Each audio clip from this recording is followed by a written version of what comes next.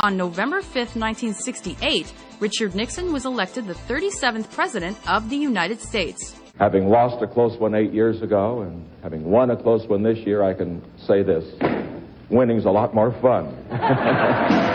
While in office, Nixon dealt with an unstable economy and oversaw reforms in welfare, civil rights, and more.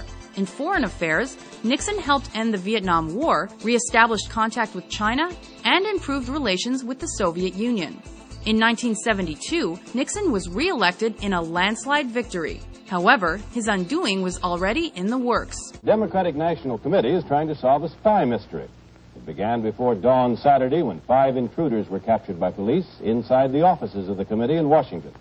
The 5 men carried cameras and apparently had planted electronic bugs. A few months prior to his re-election, a group of men linked to the Nixon administration was arrested at the Democratic Party headquarters in Washington's Watergate complex. And what followed was one of the biggest scandals in presidential history.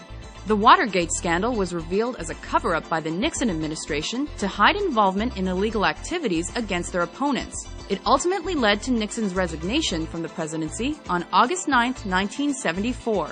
I have never been a quitter. To leave office before my term is completed is abhorrent to every instinct in my body. Nixon was granted a full pardon by the Ford administration a month later.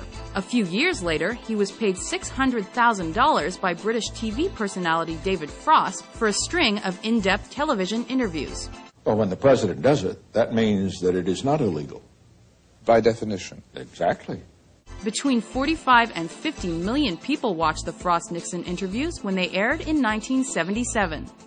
The last decades of Nixon's life were spent rebuilding his reputation as a best-selling author, senior statesman, and foreign policy specialist. On April 22, 1994, Nixon died after suffering a massive stroke 10 months after his wife's passing.